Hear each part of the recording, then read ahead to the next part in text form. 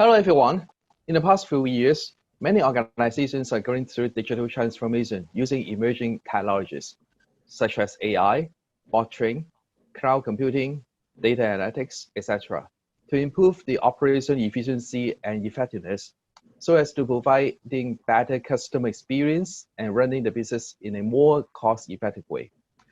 While we are enjoying the benefits of these emerging technologies, it is inevitably we will incur some technology risk. How can we mitigate cybersecurity risk from the emerging technologies? I'm so excited to have three cybersecurity experts from different status to give us some insight on this topic.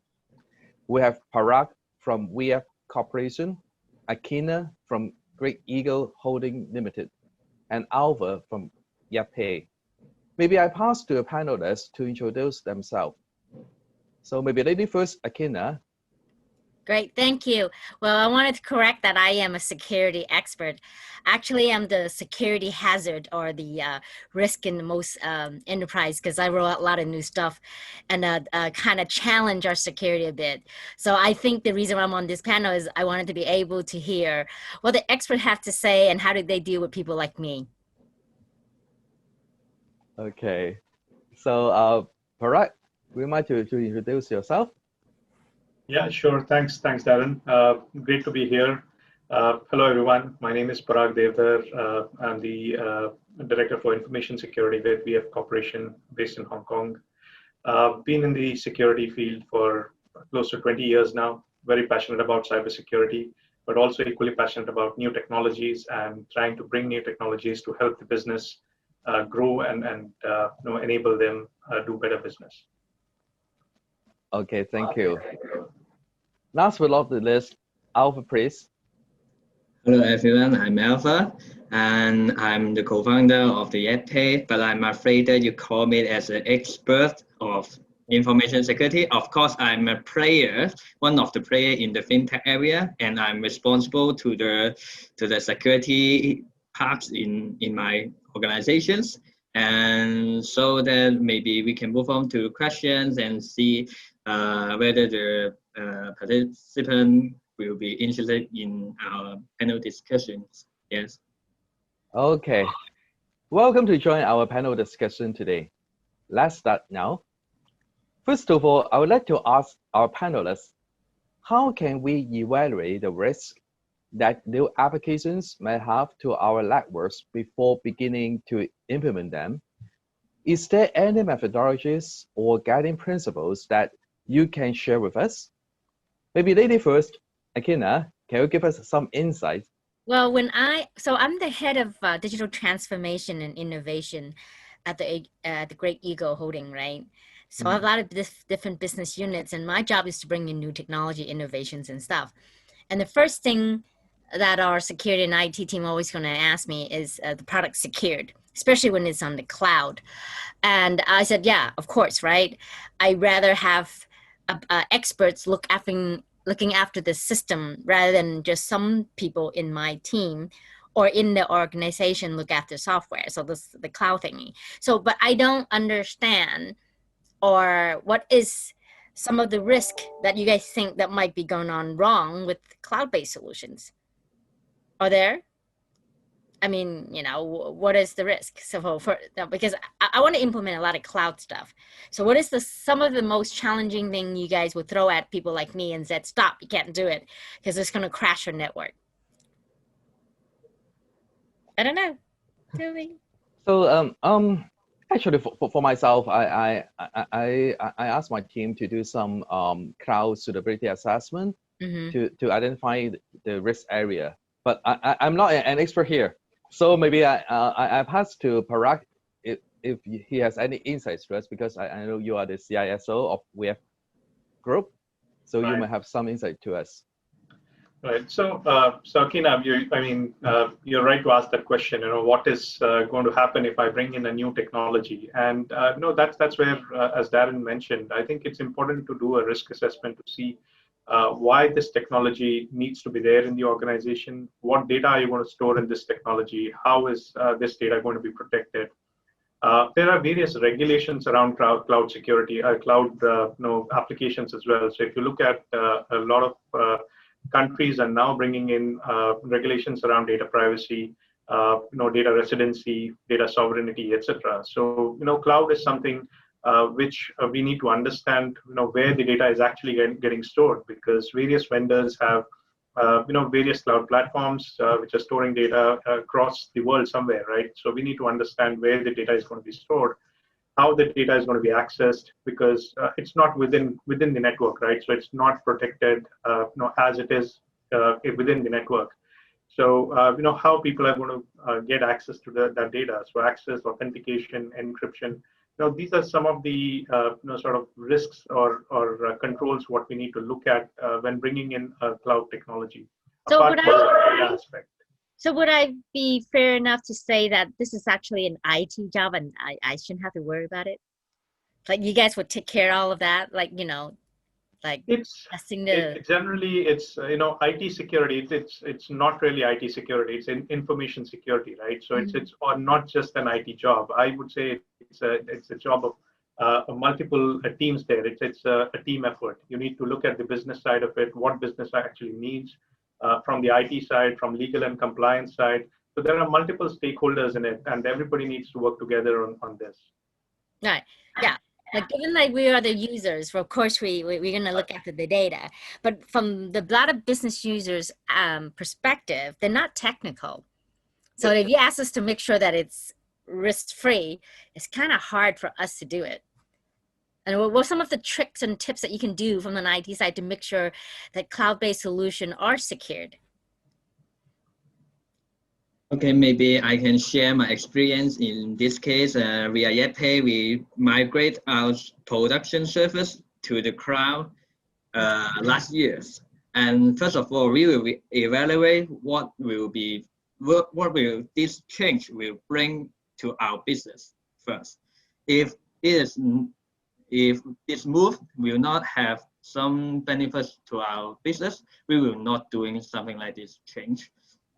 Yes, and Parag is correct, is that information security is not just protecting the data. We think that the information security is protecting the business. So that first of all, everything is business first. So that if this can bring us some benefits on our business, we will think that what will we need to be protect in our business. For example, we are a fintech company. We have to protect the transaction data. We have to protect the merchant's privacy. We have to protect the service level, something like that. So that after we evaluate if that change will bring some benefits to our business. And the next thing is how can we evaluate the risk? What we have to protect. And then we can, like even like of course we don't want to buy something or implement something that doesn't add value to the business. So assuming that's given, so how did you do it? Like what tools or what processes do you do to say, okay, we're going to buy this. How are we going to make sure that no one can hack us or it doesn't, create, a black hole in our network or whatever it is you guys call it, right? I think it's called. Of course, everything have to be evaluated. Something like that. I think different company will have their own evaluation process. They will do their own risk assessment for every changes. So that maybe every different company will have their own criteria with what is their most concerning things. So that I think before every change, we have to provide an assessment to make sure that no problem after you deploy a new thing in your business. All right. Yeah, Good. I think when you're evaluating a cloud vendor, also, you need to look at, what are the security policies of the vendor, what kind of standards the vendor is implemented around security, how is he going to protect the data which you're going to store on the cloud. So, as Alva mentioned, there are various standards available for cloud security. There's Cloud Security Alliance, guidelines for that.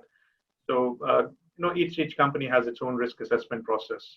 Right. Okay. Got it. I'll make sure I ask my IT team. Thanks. Yeah, actually, this topic is very interesting because I think from business user or the board of director, they they feel uncomfortable if Yeah. we move something to the cloud. But actually, I think this is the value of our cybersecurity expert. They have to identify the risk and then to provide some mitigation suggestion to management. So I think actually I want to share more, but today I'm not a panelist, so maybe I can share my insight with you offline, Akina. That's great. Yeah. I mean, like you remind me of a story I heard. I mean, this is a very critical time in our world because we're making a transition. When cloud-based solution has been around for 20 years, been talking about for 20 years, right? But actually, a lot more companies actually moving to the cloud. And then there's a lot of risk assessment, a lot of noise, a lot of objection. What you're saying is a concern about the data and who has access and who is more trustworthy to hold the system, our own team or another vendor holding it, right? And then it reminds me of the story I heard, and I thought, oh, that's pretty relevant. And I'm not sure, maybe, I'm too young for that, so I'm not sure about you guys. When email first came out, right, a lot of corporation was discussing, oh my God, we have to use email and send files over the email and we can't fax it anymore. Is that secured? So it's that kind of argument, right, that I'm hearing, but it took a long time for people to educate the executives and the older generation that email is actually safer than faxing a contract or a document or quotations or a love letter or whatever, right? Like it's more secure that way because at least it doesn't land on the tray and wait for someone to pick up, or the wrong person might pick it up. For sure, the email will go into someone's email box. So it's that kind of, I don't know, you guys feel that? Are you guys having that kind of challenge in your organization when it comes to like securities for moving to new technology like that?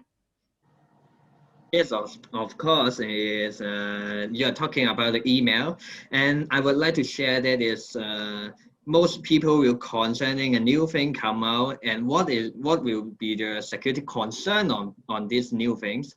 But I can say that is nothing is 100% secure. True. Yes, and we have to improve ourselves, and we have to design many policy and many procedure to use the technology to make it more safe, something like that. So that is based on our experience to improve the things in more and more secure. All right. I would say it also depends, on the maturity of the organization per se, and also the size of the organization. Because if you look at the security requirements these days, there's so many security products and controls which you need to implement to secure data. So if on a server you need to have the antivirus, you need to have a firewall in front of it, maybe a web application firewall, IPS, IDS. You need to have a SOC and so on. Now, for a small organization to do all this, it's going to cost a lot of money. Whereas if they put it on the cloud, which is quite secure, it has all these built-in features, built-in security features, it may be easier for a small organization to just take these services from the cloud vendor itself. So no, it's a give and take basically. For a large organization who has already all these controls in place, they may not need it, but for a small organization, it may make perfect sense to go to the cloud. I mean, like, we're not a small organization, right? We are moving to the cloud because that is the trend. A lot more software vendors, big and small, are developing things that are not on premise anymore. Correct. So yes, and it's a trend. If you don't move, 10 years later, I don't know if your vendor's going to be around providing you the on-site support you need. So. I think it's a trend of IT in past few years to move everything to the cloud. So but the missing part is I think that the IT people didn't spend too much time to pitch the concept to the top management, the CEO, the CFO, or the people who pay the money to move the stuff to the cloud. So I think going forward, we may need to spend more time to do some education to the top people And also we have to do some security awareness to the general staff.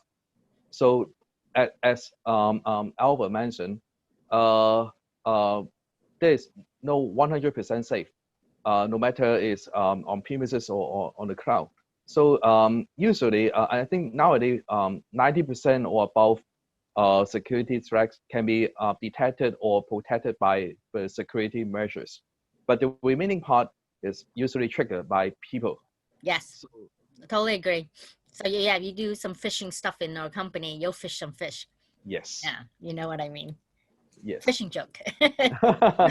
Yes. I do have a questions for you guys. So, there was recently an argument between me and some IT experts about flat file and integration between systems. So, and I asked another interface specialist who has extensive interface experience for major software and hardware around the world. He says that the basic argument, if someone wants to say, let's go flat file as an integration, like import, export, and in things like between two systems, or real true API integration, is only basic one thing: is security issue, right? So how do you guys for someone like me that's not security expert, technical savvy, how would you explain that to an executive, like the difference between a flat file integration versus a true API integration? Where's the security in that? What is the security risk or betterment of that? So maybe I invite Parag try to give us some insight, because I believe you have to do this your daily job to explain to the top management, right? Right. Yeah, so I think when we look at the older ways of the fat file transfer, of course it's there's a lot of manual process involved. There could be errors in the fat files. There could be the fat files need to be stored in particular directories. Those directories need to be secured. So there are multiple aspects of security when it comes to doing a manual sort of a file transfer process from one application to another. Right. Whereas now with the new API being available, it becomes a more seamless transfer. It becomes there's no manual intervention in it. Of course, the API is a piece of software finally, right? So that software needs to be protected. So we need to do the code review. We need to do the API security, authentication, encryption. Again, all these controls need to be there. But putting those in place is not so difficult. Again, it's as we have other software and we have controls on other software, it's something similar to that, right? So we have API makes it more easier, and I would say to an extent safer to do the file transfer or data transfer rather than doing a manual process of the fat file transfer. Right. Yeah, because right now we're discussing this because someone has a project that has over 30 interfaces that have been built between some new systems, and then they're recommending flat files for 30-something interfaces. I'm like, wait a minute, are you guys crazy? What age are we in? So yeah, so I was telling my friend, don't do that, right? So yeah, hearing from you, thank God, it's like golden, right? Thank you. Yes, of course. I know it depends on what systems they're trying to integrate. Maybe there are some legacy systems which are not capable of handling APIs and things like that. So buying new systems, look into that as well. Yeah. So if it was like old legacy system, I totally understand because they can't build APIs. But these are brand new systems they're buying, and then they're trying to talk to brand new system talking to brand new system. Yeah, you're not using a Tony Yo technology. Yeah, great. Thank you. Okay. So in this mobile era, we heavily rely on mobile devices for our daily life. So anything we can do to ensure that apps are not unknowingly installed. Where this is impossible, what kind of controls need to be put in place to protect critical information? So I think maybe I ask Alva, because I think it's very important for your company to protect the sensitive or critical information. Of course, we have to ensure that the environment to processing our applications is really safe, because because we are a payment company, if our application is in a dangerous environment, it will be a very bad issue because the hackers or some bad guy can doing something like the man in the middle attack, and they can steal the transaction data. So that our applications have some measures is that to checking the environment is under the risk or not. We will check is it root, or we will have some background checks to ensure the mobile device or the device is really safe. But of course, we cannot handle 100% bad things. So that in our back end, we will have another security wall to make sure the transaction from the front end to our back end is as normal. So that we will have different measures. So that something like this. Okay. Well, from my side, I'm always launching new applications, right? And then we also discussed this. Like if the company wants to control apps going on my personal phone, hey, that's an issue because it's my personal phone. You want me to download an app for work? Not a problem. But you want to control what app I get to download on my personal phone? That's an issue. If you want to control what I download on my phone, then you give me a phone. Right, so that's not just my argument. That's a lot of people's argument. So how do you guys handle that? Yeah, so you're right. I mean, that's the argument which most people would have, right? And I think that's where the companies or organizations need to take a data-centric approach. They need to look at what data they're trying to protect. So it's the company data on the phone which they're trying to protect. It's impossible to protect every phone, because there's so many models, so many brands, and so many operating systems which you need to protect. It's going to be very difficult to do that for anybody, right? Even if you have the mobile device management softwares, etc., which are available. But I would say, a data-centric approach with a sort of a sandbox approach is which I would recommend. So as long as the company data is secured on the mobile phone, that resides in a particular app. It could be an Outlook app, it could be an email app, it could be some other company app. That app needs to be sandboxed, and that data needs to be protected on the phone. As long as that is protected completely, the company should not bother what else is happening on that phone, right? Of course, there are ways and means of compromising the device itself, and that's where organizations want to sort of help protect the device as well. So the intentions are right. However, the employees may not really like that kind of intrusive behavior. Okay, great, thank you. Mama, you sound reasonable. You're fine with me being my IT guy. So I think bring your own device is a trend of the nowadays business, the commercial world. So I think what we need to do is to educate the user and do some protection on the device. Say to install some MDM into the devices to protect the information. So finally, I would like to ask you any tips you would like to share with the audience how to assessing new technologies before integration. Any risk assessment or suitability assessment will have to follow before we do the integration. So from my side, I would like to say, thank God it's not my job. So I'll just pass it to the experts. So even though you are not the one who accountable to do this job, but maybe you are the one who is accountable for the consequence if something wrong.